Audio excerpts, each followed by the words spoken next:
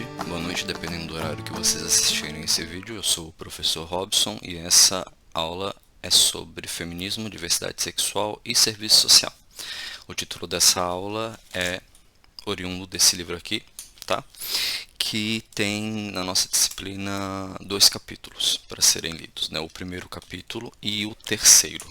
Essa coleção aqui, Biblioteca Básica do Serviço Social, ela é um conjunto de publicações da editora Cortez, que conta aí com alguns intelectuais de renome da nossa categoria profissional e que publicam diferentes temáticas, né? Então, por exemplo, a gente tem o primeiro livro dessa coleção, chamado Economia Política, uma introdução crítica, escrito pelo José Paulo Neto e pelo Marcelo Braz. Nós temos também o livro Política Social, da Elaine Bering e da Ivanette Boschetti. Nós temos o livro Curso de Direito do Curso de Serviço Social, do Carlos Simões, também. O Ética, da Maria Lúcia Barroco, que é o volume 4. Aí eu não tenho o volume 5, eu acho que é sobre movimentos sociais. Eu tenho esse aqui, que é Questão Social, da Josiane Soares dos Santos, um texto bem bacana também. E, por fim, eu tenho também o Gestão Democrática e Serviço Social, que é o volume 7 da coleção, da Biblioteca Básica do Serviço Social, do Rodrigo de Souza Filho e do Cláudio Gurgel. Tá? E aí, por fim, nós chegamos então ao livro dessa coleção, o 8º, que é o Feminismo, Diversidade Sexual e Serviço Social, da Mirla Cisne e Silvana Mara Moraes dos Santos. Por que eu começo apresentando esses outros livros dessa coleção? Porque essa coleção ela pode ser lida como um grande mapa, né, de como a categoria profissional ela vai se apropriando de certos temas e temáticas. Então, quando essa coleção começa, lá nos idos dos anos de 2010, os primeiros livros vão tratar da economia política, de política social, do curso de direito, ética, e com o avançar do tempo a gente vai incluindo aí outras temáticas também, né? E uma delas é o feminismo, diversidade sexual e serviço social, né? O que é um tema bastante apropriado para a gente trazer na discussão da disciplina, certo? Mais uma questão só, o microfone, eu estou usando headphone porque o microfone que eu tenho ele não está funcionando e o som que é captado pelo computador e pela câmera também não são muito bons, então eu vou pedir um pouquinho de paciência de vocês, tá bom? Porque eu não sei se vai dar muito certo fazer a gravação e editar o vídeo usando o headphone. É a primeira vez que eu faço isso, né? Eu participo de reunião, eu dou aula usando esse aparelho aqui, mas eu nunca gravei aula. Então vamos ver se vai ficar bom, senão eu vou ter que comprar outro microfone, tá? Pois bem, então vocês ficaram aí responsáveis por lerem esses 2 capítulos. O primeiro é Fundamentos Teórico-Políticos da Diversidade Humana, do Heteropatriarcado e do Racismo. E o terceiro capítulo, que era Feminismo e Diversidade Sexual, o encontro com o projeto ético-político do serviço social. E aí, por que esses 2 capítulos em específico?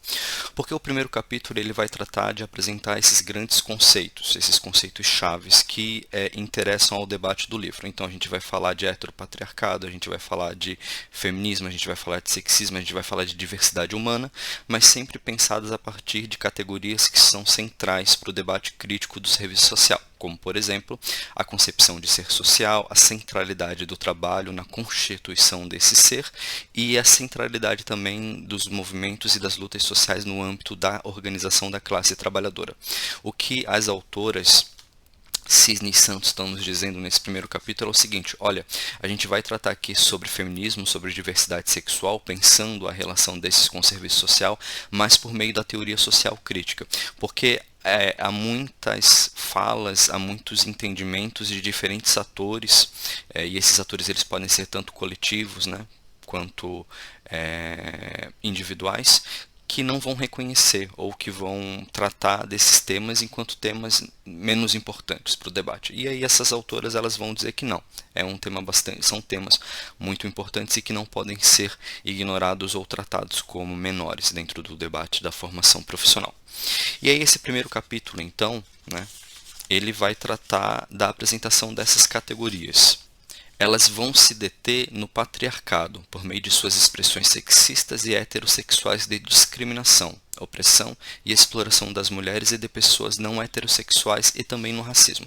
Então vai comparecer na escrita das autoras também a preocupação para além do que a gente possa dizer aí de preconceitos em virtude da condição de sexo, também da condição de orientação sexual, mas também a questão racial. E aí, por que eu estou falando sexo ao invés de gênero? A Cisne e a Santos, elas também têm uma preocupação em torno do que elas vão categorizar como estudos de gênero, né? Em virtude do local de origem desses estudos de gênero, muito atrelados ao que nós possamos chamar aí de um academicismo, de um estruturalismo, da pós-modernidade, né? De um conjunto de pesquisas que estão muito mais preocupadas com a produção de discursos do que com a constituição desse ser social. Então a Cisne e a Santos, elas fazem uma opção de trazer essa problemática, esse debate, não optando pelo debate de gênero, em virtude desse local, mas por questões de sexo. Então elas vão fazer essa opção teórico-política para apresentar os conceitos também. E aí isso fica bastante claro quando elas vão brevemente esmiuçar o local de origem dos estudos de gênero e a tendência que eles têm de não desenvolverem ou de não atrelarem esse debate ou essa discussão à constituição da classe social, né? E aí por que eu estou trazendo isso para vocês também? Porque a gente começa o debate da disciplina, né, pensando o texto do Assad Haider sobre a armadilha da identidade. E esse texto, Armadilha da Identidade, ele tem muito a ver com o debate que a Cisne e a Santos estão trazendo aqui, né? Então elas vão dizer o seguinte: olha, não adianta a gente discutir gênero, não adianta a gente discutir questão racial se a gente ignora a questão vinculada às classes sociais, né, ao local de origem. E elas vão trazer algumas leituras que se aproximam muito do debate da interseccionalidade.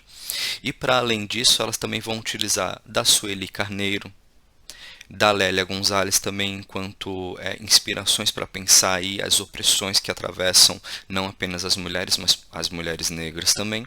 E ao mesmo tempo elas vão incorporar alguns autores que pensam a diversidade sexual no interior da profissão e no âmbito dos movimentos LGBTQIA+. Aí um outro parênteses também. As autoras, elas na redação, elas vão falar do movimento LGBT, né? A gente sabe que já se assomam outras siglas a esse conjunto, né? E não são apenas outras letras, né? São outras constituições desses indivíduos que exigem e que requisitam o reconhecimento, né? Então a gente tem o L, o G, o B, o LGBT, e aí a esses a gente somos queer, os intersexo, os assexuados ou agênero e o mais, que englobaria todas as outras possibilidades. Então toda vez no texto que aparece LGBT, eu coloquei entre parênteses o QIA+, tá? Para também contemplar esses sujeitos e esses indivíduos, né?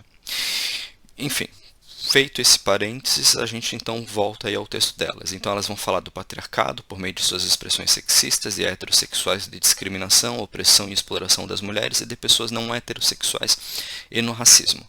Ao longo da apresentação também a gente vai ter alguns cartazes de campanhas de diferentes CREs, conselhos regionais no caso, do serviço social, para vocês irem também se ambientando na maneira como esse debate comparece esteticamente na categoria profissional. E entra a questão do trabalho e do ser social. E aí, para falar sobre trabalho e ser social, vocês já tiveram diferentes discussões em outras disciplinas.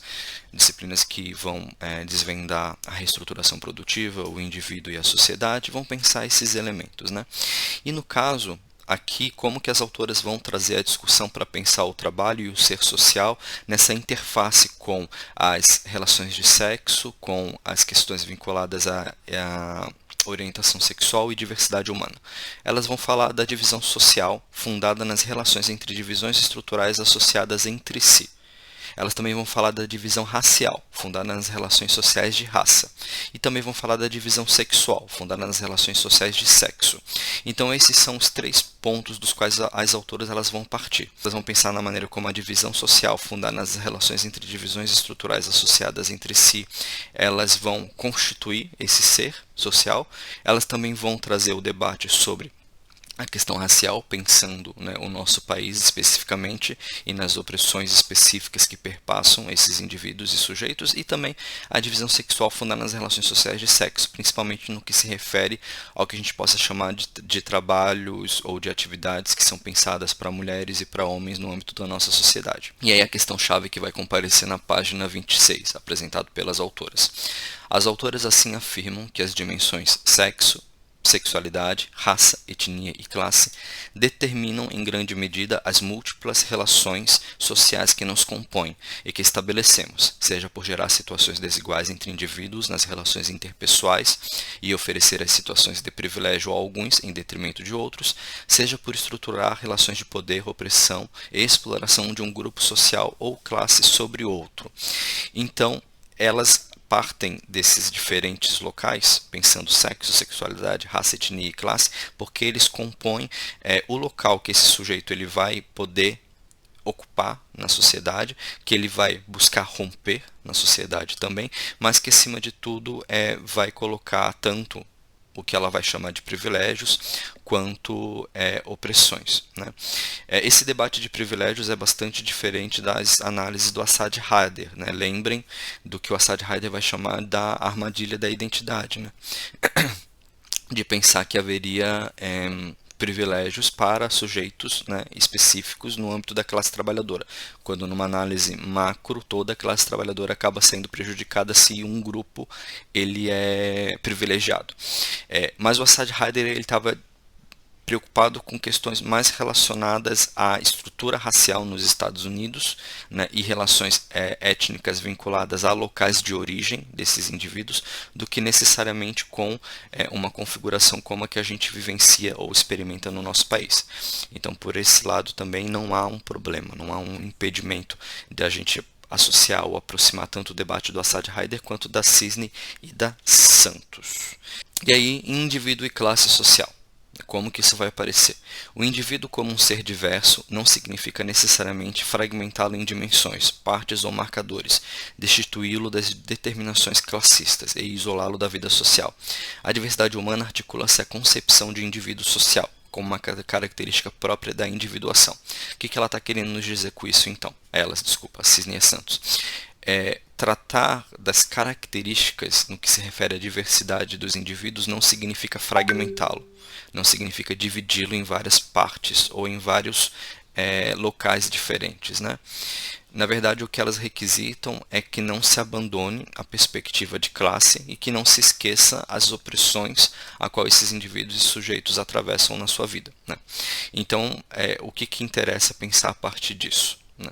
Se a gente não abandona ou se a gente não esquece, né, a centralidade da classe social nesse debate, então a gente consegue partir ou entender no que constitui o indivíduo e na sua diversidade, sem vincular isso a uma concepção idealista, né, que vai desvincular dessas questões a origem de classe, por exemplo, né, como se no âmbito da burguesia e da classe social as opressões fossem as mesmas, ou não houvessem opressões, pensando isso, né?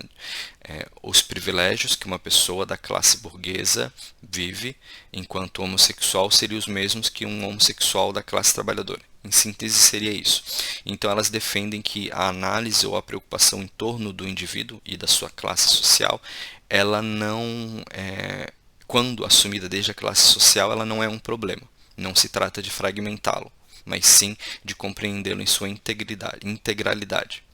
Qual concepção de diversidade, então, temos no serviço social para as autoras? Nosso entendimento é de que os indivíduos, no processo de individuação, se constroem de forma diversa, mediante a existência de um conjunto heterogêneo de atos que o impulsiona no processo reprodutivo, mediante o decurso histórico-social. Isso leva ao desenvolvimento da sociabilidade e da individuação, tendo lugar decisivo a formação da personalidade e o papel da consciência na vida cotidiana.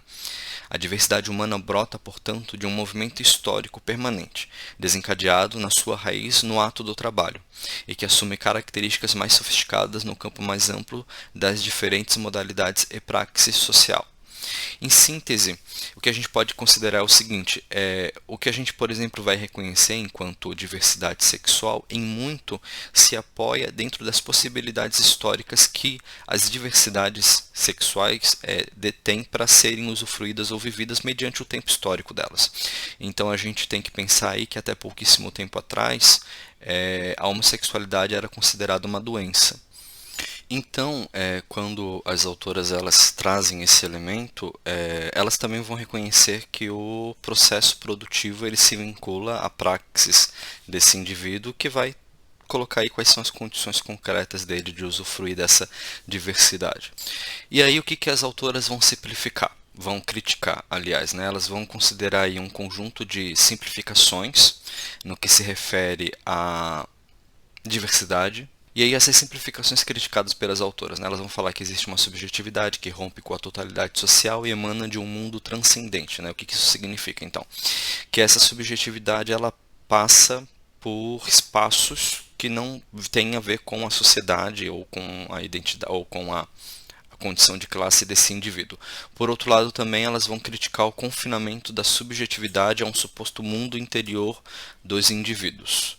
Por outro lado, elas também vão fazer críticas à reprodução de uma visão idealista do indivíduo em seu mundo interior. Então percebam que tudo o que as autoras estão colocando até aqui, de certa forma, refere-se à ideia de que cada um tem seu mundo particular e que nesse mundo particular pode-se ser o que quiser. Na verdade, você é resultado dos processos históricos, do tempo histórico e dos processos produtivos no qual você se insere, da classe social em que você vive e das condições materiais em que você existe. E a partir disso você constitui a sua subjetividade, né, segundo as autoras. Reprodução de uma visão idealista do indivíduo em seu mundo interior. Restrição da diversidade humana aos oprimidos. E aí esse é um trecho que vai aparecer da seguinte forma: olha, a gente não pode tratar a diversidade apenas pelas questões vinculadas à raça, pelas questões vinculadas a deficiências, ou então a questão da diversidade sexual. Diversidade humana ela é inerente à nossa condição. O que elas colocam aí? Que não dá para tratar a diversidade como uma questão de nicho ou de um espaço específico que deve atender a um conjunto de indivíduos. Né? Se a gente entende que a diversidade humana ela independe, né, desses grupos, desses coletivos, desses indivíduos, a gente consegue avançar para o debate, porque quando todo mundo se reconhece enquanto diverso, ainda que constituinte da classe trabalhadora, por exemplo, a gente avança. Se a gente restringe essa ideia de diversidade, a gente acaba construindo muitas vezes colateralmente um discurso de tolerância. Né? Então, a diversidade humana ela exige tolerância, né? Diversidade humana, então, pensando negros, feministas, homossexuais, transexuais, e a tolerância ela é um entendimento liberal. O que significa quando eu digo que eu tolero alguém? Significa assim, eu sou ateu. Enquanto ateu, eu tenho muita dificuldade em lidar com pessoas religiosas, mas eu sou assistente social.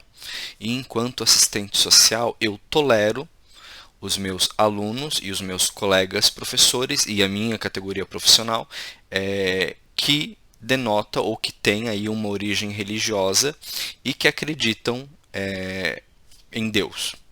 Vamos pegar esse exemplo. O que eu estou querendo dizer com isso? Quando eu tolero, eu estou me furtando a um debate necessário que poderia servir para o avanço e o enriquecimento, para o entendimento de que é na diversidade e no diálogo com os diferentes que a gente cresce. Então, quando eu tolero, eu estou protelando o outro, porque eu não me importo com o outro. Vejam, por que eu usei o exemplo do ateu? Porque seria muito simples usar o exemplo, por exemplo, dos homofóbicos. Então, eu não sou homofóbico, não tenho nada contra gays, desde que façam isso na casa deles, né? Então eu os tolero. Né? Isso é um sentimento liberal de protelar o outro. Né? Então, quando elas colocam essa restrição da diversidade humana aos oprimidos, é exatamente isso. Se a gente entende que a diversidade ela não deve estar restrita a esses indivíduos, se a gente entende a diversidade enquanto algo inerente à nossa constituição enquanto ser social e classe social, a gente avança. E, por fim, a rejeição à luta de classes, e aí entram as críticas das autoras aos estudos de gênero, porque, segundo as autoras, boa parte ou a maior parte dos estudos de gênero não parte de uma concepção classista. E, por fim, a redução da vida social ao discurso, que daí também entra ou se aproxima bastante daquele elemento que eu expliquei para vocês que as autoras também criticam, que é a constituição e produção constante de discursos que não necessariamente têm correspondência com a consciência e a vida material em que nós vivemos. Então, por exemplo, uma coisa que parece, mas não está confirmado no texto, é que essa questão das siglas é algo que promove isso. Então você vai constituindo outras identidades, vai somando outras siglas, né? E essa produção de discurso, ela não tem tanta origem material ou tanta rigorosidade. É simplesmente discurso, né? É isso que as autoras colocam, né? Então, esses são algumas das simplificações criticadas pelas autoras. A gente saiu para preparar um café, tá? Então, agora vamos voltar ao nosso tema, que eu não lembro onde é que eu parei. Ah, tá.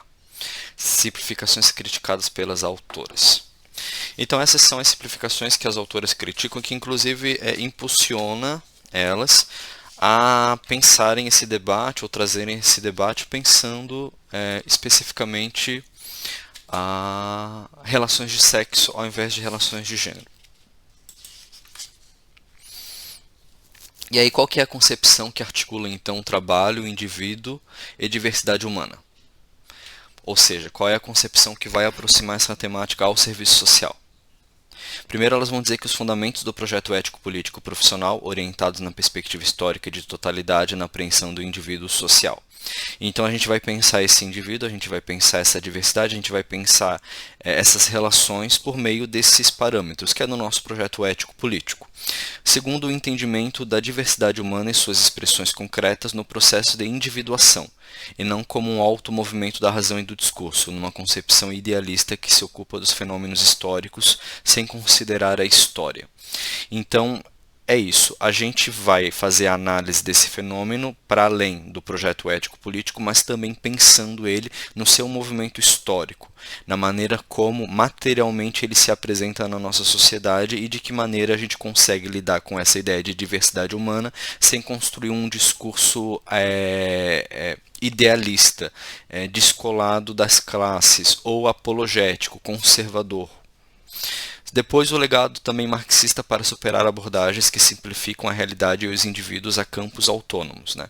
Então, a gente também vai pensar esse fenômeno, esses indivíduos, não através de uma abordagem economicista, ou política, ou cultural, ou linguagem, a gente vai pensar como um todo, né?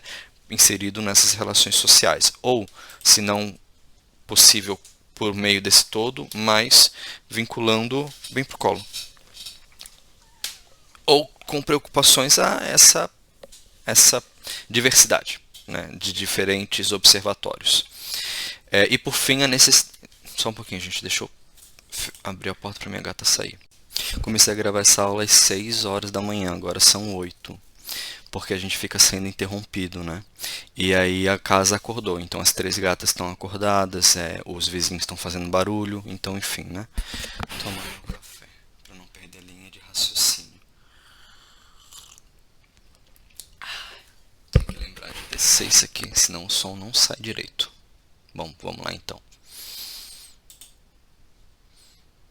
E por fim, a necessidade de estudos e pesquisas que aprofundem as reflexões críticas no campo da diversidade humana e em particular sobre a sexualidade. Então esses são os elementos que aproximam o projeto ético-político profissional no que se refere ao trabalho, ao indivíduo e à diversidade humana.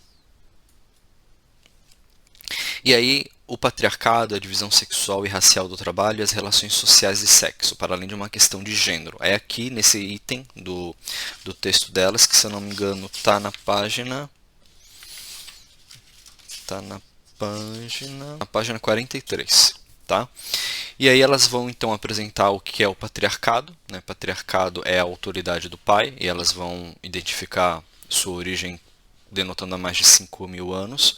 A divisão sexual e racial do trabalho, então elas vão apresentar a maneira como o processo produtivo ele vai separando as funções e as atribuições por meio do gênero, aliás, do sexo. Se eu falar gênero é vício de linguagem, as autoras elas se referem sempre a sexo.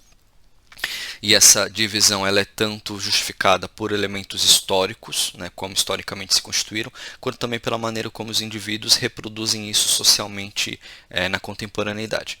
E por fim, as relações sociais de sexo, né, ou seja, a maneira como se constituem essas relações de sexo na nossa sociedade. E aí o patriarcado, né? O patriarcado, então, como eu falei, é a autoridade do pai. E ele tem enquanto funções ou atribuições assegurar o controle sobre os filhos e perpetuação da herança. Legitima também a dominação masculina e heterossexual sobre as demais. O que isso significa, né? O patriarcado, então, ele vai justificar por meio da sua constituição histórica a sua legitimidade. Então, há uma única expressão possível em torno da sociedade e das famílias que partem do primado de que o homem ele deve ser o chefe da família, né? A gente tem alguns exemplos simples sobre isso, mas basta pensar na maneira como as mulheres elas historicamente vivem nesse patriarcado. Então, quando a gente pensa, por exemplo, no desenho da família, a mulher ela responde sempre ao pai, depois ela responde ao marido, e depois ela responde à criação dos filhos, né? Então, elas historicamente sempre se remeteram a um homem, sempre responderam à autoridade de um homem. E por isso a gente pode também afirmar que o patriarcado ele possui base material e sócio-histórica. Quando a gente diz então, pelo menos na pesquisa das autoras, que o patriarcado é identificado há mais de 5.000 anos, a gente também tem que reconhecer que ele passou por outras formações históricas e modos de produção. O que isso significa? Que o patriarcado ele detinha outras características, né? No feudalismo, no capitalismo ele vai assumir outras formas, mas centralmente ele ainda tem a mesma base, o mesmo fundamento. E aí elas vão colocar, né, para pensar essa base material e sócio-histórica. Relações sociais de sexo e sexualidade, constituição da família heteropatriarcal monogâmica associada ao controle sobre a subjetividade e ao corpo, divisão sexual e racial do trabalho, violência contra a mulher e a população LGBTQIA+. E aí sobre o patriarcado. Nenhum desses elementos, por sua vez, resulta de um processo natural, tampouco estão isolados, todos se associam entre si na constituição de um sistema patriarcal regido pela dinâmica entre controle e medo. Aí 2 pontos aqui. As autoras elas vão explicar que no patriarcado, embora as mulheres elas sejam as maiores prejudicadas, elas também reproduzem essas condutas patriarcais, na maneira inclusive como, por exemplo, elas criam os filhos e as filhas delas. Então, por mais que as mulheres reproduzam o patriarcado, elas não se beneficiam dele. Mas a gente tem que entender uma coisa, e aí eu faço um adendo à pesquisa das autoras. O patriarcado ele se assegura por meio do controle do medo, né? A autoridade masculina, a violência contra a mulher, a carência econômica, né? É só pensar que além do trabalho produtivo da mulher na sociedade, ela também tem o trabalho doméstico, e é esse trabalho doméstico que assegura a reprodução do modo de produção. Então as mulheres, além de terem os piores empregos, com os piores salários historicamente, elas também têm a responsabilidade pela reprodução do espaço doméstico. E aqui um parênteses, reprodução é tudo aquilo que se remete ou se associa ao processo de manutenção do modo de produção. Então a gente reproduz esse trabalho no âmbito doméstico à medida em que ele assegura a continuidade da exploração da força de trabalho. Os cuidados domésticos são isso, certo? Mas, e aí o outro ponto, para além disso, o patriarcado ele não é apenas mantido pelo controle e pelo medo, mas a gente também tem que entender um outro elemento que é a ideia de recompensa. O que significa recompensa? Significa que o patriarcado ele recompensa alguns indivíduos no seu processo de organização. Os homens, majoritariamente, mas a gente também tem que entender que há uma relação de suscitação, de influência e de encorajamento para que a gente continue defendendo o patriarcado. Porque se o patriarcado fosse apenas controle e medo, ele não se manteria, não haveria condições dele se sustentar. E aí a gente sabe, né, que uma das formas de assegurar isso é recompensar alguns indivíduos nesse processo. Inclusive, a sociedade patriarcal assegura, por exemplo, a algumas mulheres posições de bastante destaque na nossa sociedade. Basta pensar, por exemplo, no âmbito da nova direita no Brasil, o lugar de destaque que algumas figuras políticas, mulheres, conseguiram galgar defendendo essa perspectiva. Certo? Então eu acho que é importante também trazer isso. Se fosse só controle e medo o que assegura a perpetuação do patriarcado, seria muito mais tranquilo desmobilizá-lo. O problema é que ele recompensa os indivíduos e faz com que eles anseiem e o defendam. A família heteropatriarcal monogâmica e o controle sobre as mulheres e a população LGBTQIA+. Ainda que novas configurações familiares estejam em forte curso histórico, a família permanece como uma significativa instituição, na garantia da estrutura para a divisão sexual do trabalho e, por extensão, da reprodução social. A família, desde sua origem, tem até a atualidade, aparta os indivíduos do convívio comunitário e coletivo e institui uma dinâmica de vida privada. Desenvolve uma funcionalidade indispensável ao capital, que é a introjeção nas personalidades das crianças dos papéis de classe. E, para além disso, há um outro elemento também importante de trazer aqui, né, que é justamente o modelo da família burguesa. Né? Então, quando nós ouvimos, por exemplo, autoridades políticas afirmarem que família é apenas mulher e homem e os seus filhos, a gente ignora o fato de que, na organização dos modelos familiares que existem no Brasil, esse modelo é uma exceção, ele não é o predominante.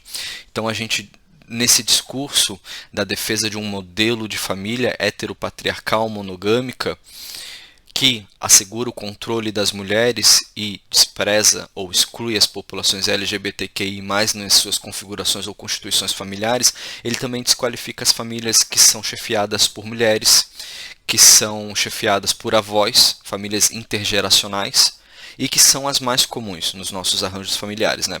Pelo menos os assistentes sociais, quando nós trabalhamos em CRAs, em CREAs, isso fica muito evidente. Então essa família, esse modelo de família defendido publicamente, ele prejudica também, para além desse controle que ele impõe e da exclusão que ele comete sobre as outras, sobre a diversidade sexual. E aí a gente entra também na divisão sexual e racial do trabalho, né? A forma da divisão do trabalho social decorrente das relações sociais de sexo, essa forma é modulada histórica e socialmente. Ela tem por característica a destinação prioritária dos homens à esfera produtiva e das mulheres à esfera reprodutiva, e simultaneamente a ocupação pelos homens das funções de forte valor social agregado, políticas, religiosas e militares. Então é interessante porque a autora desse trecho, porque isso aqui não é um trecho das autoras, elas utilizaram um outro autor. Eu acho que até uma delas, deixa eu só confirmar aqui. Não, é Danielle Kergoat. E a tradução é das autoras mesmo, né? Então o que ela está falando aí? Olha, historicamente, na organização da divisão sexual e racial do trabalho, a gente teve espaços ocupados historicamente pelos homens. E olha que curioso, se a gente pensa nesses espaços historicamente, as instituições centrais, as instituições políticas, as instituições militares e as instituições religiosas, elas têm enquanto ator principal ou central a figura do homem.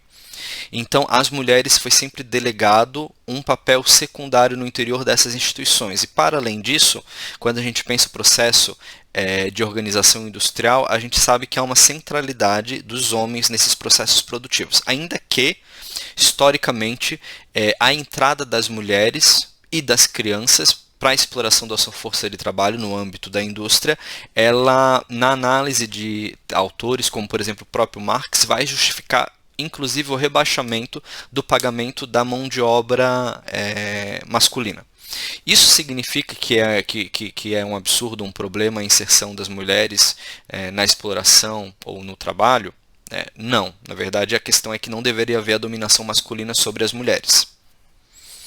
E aí o fato de que as mulheres são utilizadas enquanto um bode expiatório para rebaixamento da força de trabalho masculina é um problema que se aloja no interior desse modo de produção. E aí sobre as crianças eu nem vou comentar, né? Criança não tem que trabalhar. Ponto. Analisar a divisão sexual do trabalho, também considerando sua relação com a apropriação, controle dos instrumentos do trabalho por parte dos homens, posto que as mulheres realizam determinados trabalhos e são excluídas de outros, segundo o acesso ou não aos instrumentos. Então, o que vai aparecer claramente aí é o seguinte, olha, a gente hoje, de certa maneira, quando pensa, né, em espaços majoritariamente ocupados pelos homens, a gente tem que entender que isso não se deu porque os homens são mais capacitados, é porque historicamente esse espaço foi privilegiado, foi pensado para eles. E o mesmo também vai acontecer, segundo a análise das autoras também, quando a gente pensa a questão racial. Então, historicamente, né, se já há uma divisão entre homens e mulheres caucasianos na divisão sexual do trabalho, quando a gente traz o debate racial, isso se complexifica. E aí é só pensar ou lembrar do que a gente discutiu aqui a partir da Kimberly Crenshaw, se eu não me engano, quando ela desenvolve a análise dela sobre a interseccionalidade. Se eu estiver me referindo à autora errada, eu vou corrigir depois, tá? Mas em síntese, lembrem do que acontecia na fábrica da Mercedes-Benz, né, em que se contratava homens para o chão de fábrica e se contratava mulheres para os trabalhos administrativos de secretariado, mas não contratavam mulheres negras. E aí entra essa questão. Olha, você tinha homens negros trabalhando no chão de fábrica e você tinha mulheres trabalhando no secretariado, mas não haviam mulheres negras em nenhum desses espaços. Então essa é a questão que as autoras também, a Cisne e a Santos, vão apresentando quando pensam os desafios e os entraves que a gente vai encontrar na divisão sexual e racial do trabalho. E aí a gente também entra na divisão sexual do trabalho e a sua relação com a construção social do que a gente pode chamar de infância. E aí nós vamos falar sobre a divisão sexual do trabalho possui um enraizamento tão presente nas relações sociais e com significativo poder ideológico de parecer natural que se espraia desde a infância por meio de uma divisão sexual dos brinquedos e brincadeiras, passando pela organização da gestão e da força de trabalho, e ainda na divisão sexual da política e do poder. Daí seguindo, desde a infância, meninos e meninas recebem uma educação sexista, ou seja, aquela que não apenas diferencia os sexos, mas educa homens e mulheres de forma desigual. Para isso, o sistema patriarcal conta com algumas instituições na difusão da sua ideologia, das quais destacamos a família, a igreja e a escola. Meninas são educadas para lavar, cozinhar e passar, cuidar dos filhos e do marido e serem submissas e tímidas. Meninos são educados para serem fortes, valentes, decididos e provedores. Cabe, portanto, às mulheres, no sistema patriarcal que foi incorporado pelo capitalismo, a responsabilidade com o trabalho reprodutivo, sem o qual a produção social seria fortemente dificultada, já que ele garante, em grande medida, a reprodução da força de trabalho. Isso aqui é importante para a gente pensar na maneira como a gente vai, no âmbito da reprodução e da constituição dessa infância, reforçando papéis de sexo, para não falar papéis de gênero, tá bom? No interior da família e na forma como a gente vai criar aí os nossos filhos, sobrinhos, netos e por aí vai. Divisão do trabalho e a diversidade sexual. É a divisão sexual do trabalho, base material da ideologia patriarcal, e a categorização assimétrica dos sexos a que se associa, definem o que é homem e uma mulher, o que é ou não trabalho, o que tem ou não valor, o que é ou não produção. Além disso, é claro, de se estabelecerem o que é e o que não é socialmente aceitável. Então, quando a gente fala de divisão sexual do trabalho e a diversidade sexual, é na divisão sexual do trabalho que vai se constituir esse espaço de legitimação, tá? Por meio de uma base material da ideologia patriarcal. E aí entra, então, a exclusão das populações LGBTQIA+. E aí vamos, então, aí fazer uma conversa breve sobre o que cada letra significa. Tá? L, lésbicas, gay, G, gay, B, bissexual, T, inclui travestis, transexuais e transgênero, Q é queer, I é intersexual, A é assexual ou aliados, e mais é a tendência à inclusão de outras orientações sexuais, identidades e expressões de gênero, tá? Para quem tem dúvidas ainda sobre o que é. Ai, professor, parece uma sopa de letrinha. Respeita.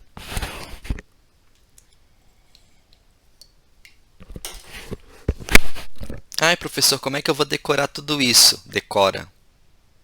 Decora. A gente decora um monte de sigla ao longo da nossa vida. Decora essa também. Respeita. Respeita as minas, as mona, quem tá na luta.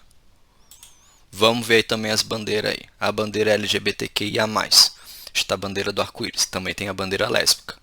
Tem a bandeira gay, a bandeira bissexual, a bandeira trans, a bandeira queer, a bandeira intersexo e a bandeira assexual. Nossa, quanta bandeira! Pois é, que bom, né? Muita bandeira. Ai, não dá bandeira. Vamos dar bandeira.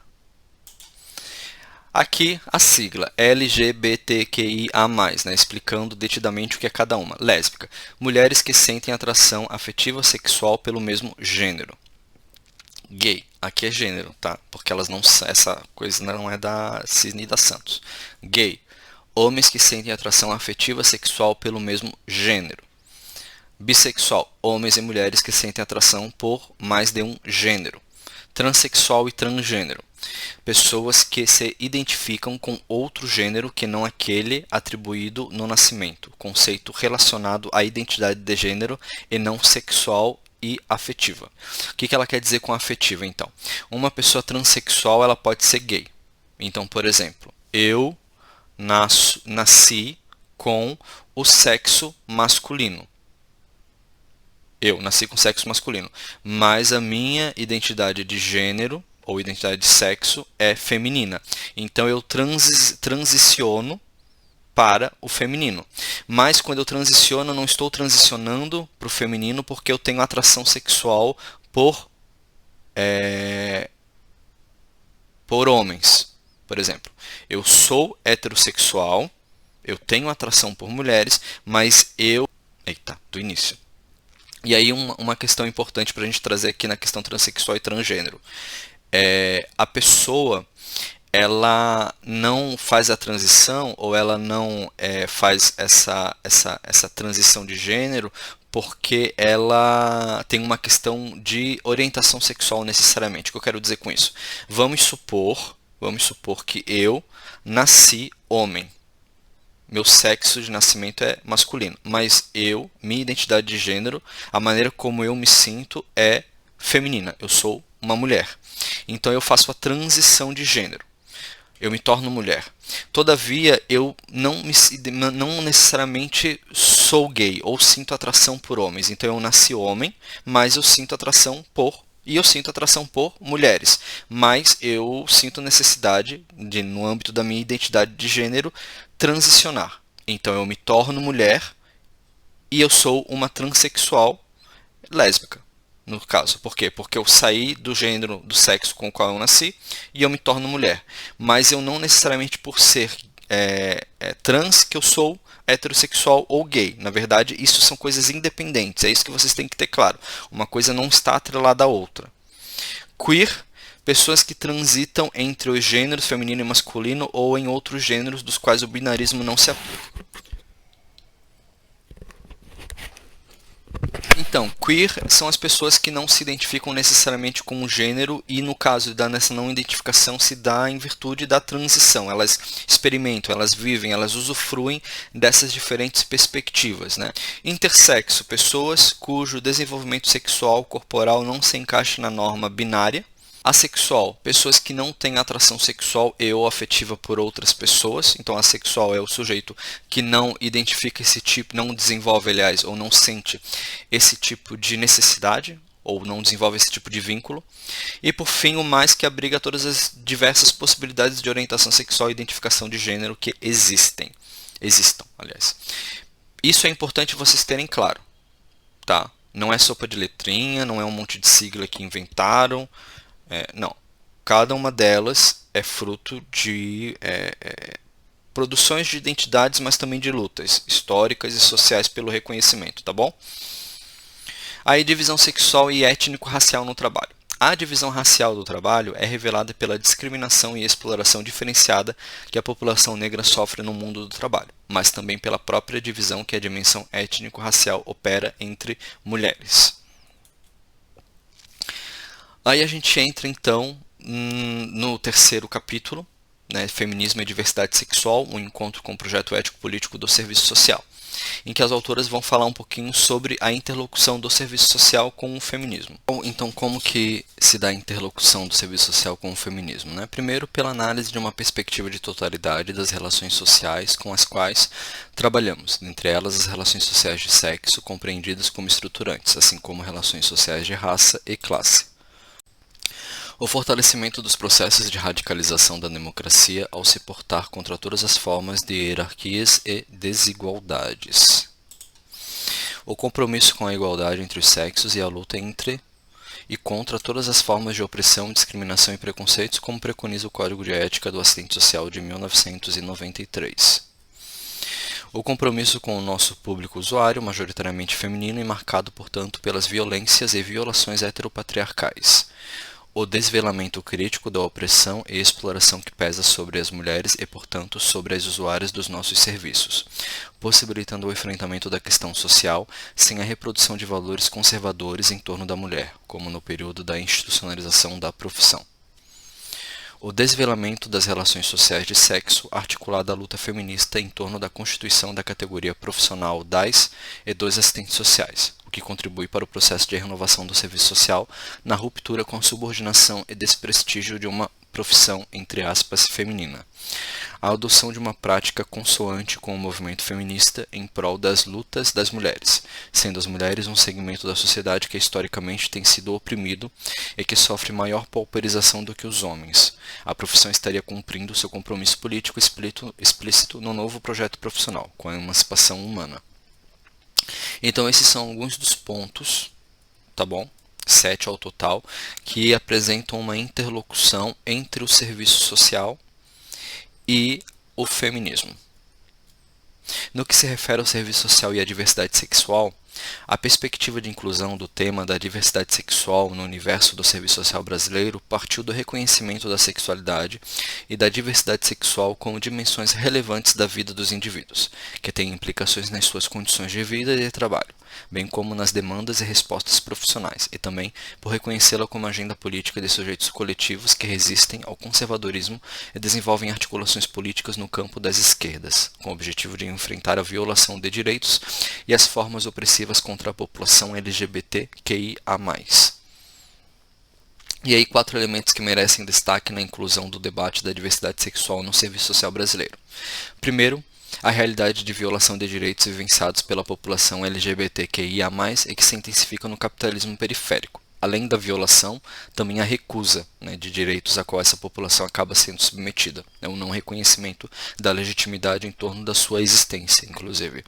Segundo, produção do conhecimento com destaque para a elaboração de pesquisas em nível de pós-graduação sobre a temática no âmbito do serviço social. Ou seja, a temática da diversidade sexual ela se incorpora no âmbito do serviço social não apenas em virtude dos conflitos, da violação de direitos e da recusa de direitos a qual essa população enfrenta socialmente e que por isso o serviço social enquanto profissão deve sim responder a ela, mas também em virtude do desenvolvimento de pesquisas no interior da categoria profissional. Além disso, nós temos os profissionais e estudantes LGBTQIA+, no universo da profissão, e por fim nós temos a incorporação do debate da diversidade sexual no interior da categoria profissional.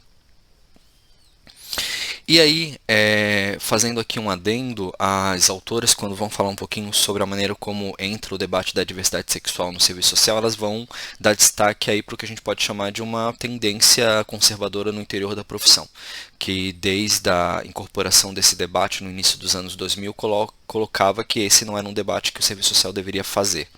Então elas vão historicamente apresentar a importância e a relevância do Conselho Federal de Psicologia, que em 1992 institui uma resolução, só deixa eu confirmar que é 1992 aqui, que em 1992 incorpora uma resolução, aliás, 1999, uma resolução que estabelece normas de atuação para os psicólogos em relação à questão da orientação sexual.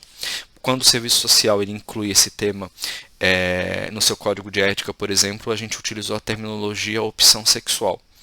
Depois se entendeu o equívoco, né, de se referir a isso como opção sexual. Na verdade, se trata de orientação sexual.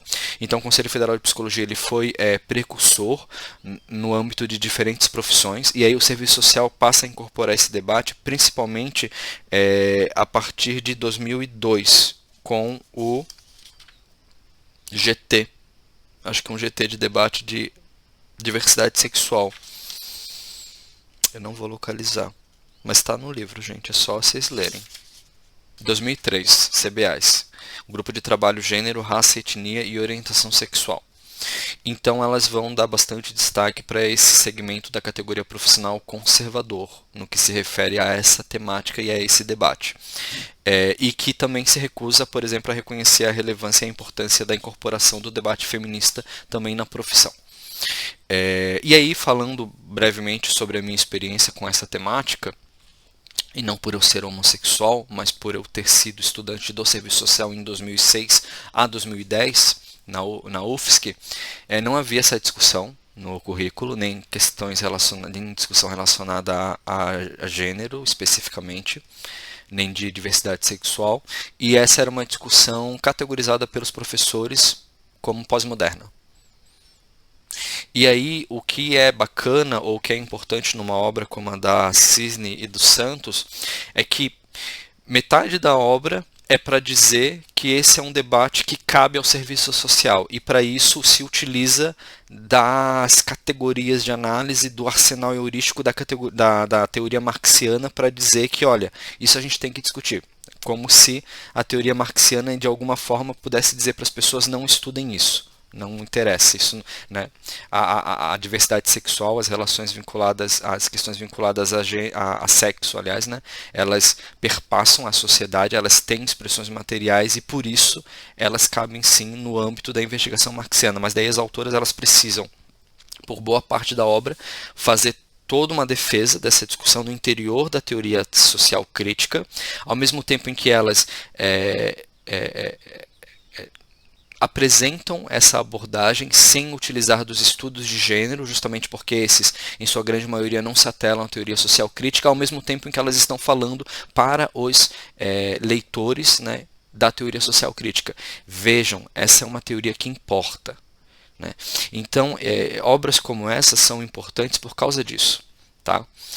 É uma obra perfeita? Não. Ela tem problemas, na minha opinião, principalmente por reduzir os estudos de gênero a 6 páginas. Então, os estudos de gênero eles são apresentados ali, né, em 6 páginas, né, algo muito rápido, e não dá para partir do suposto de que, pela maioria ser, não há estudos na teoria social crítica que, adotando a terminologia de gênero, não tenham relevância ou qualidade. Basta pensar nas pesquisas de autoras como Angela Davis, por exemplo, e até também na Safiotti, que tem uma obra publicada pela Expressão Popular.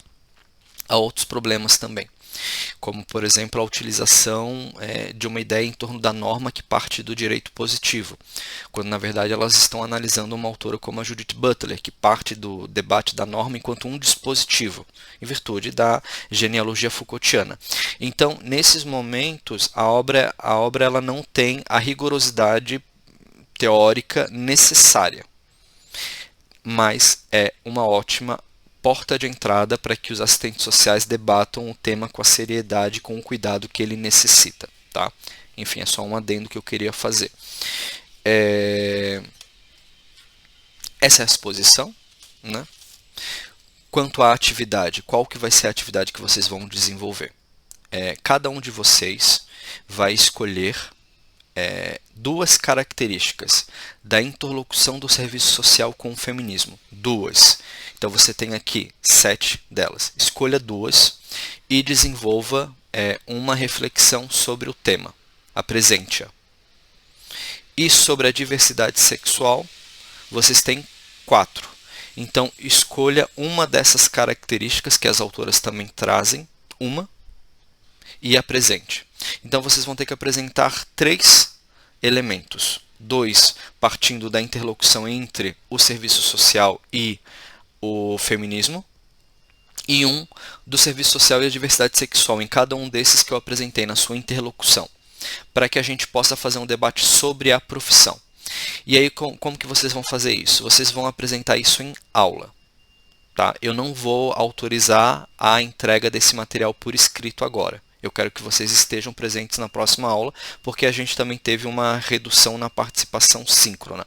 E aí, quem não participar, depois eu vou pensar numa atividade.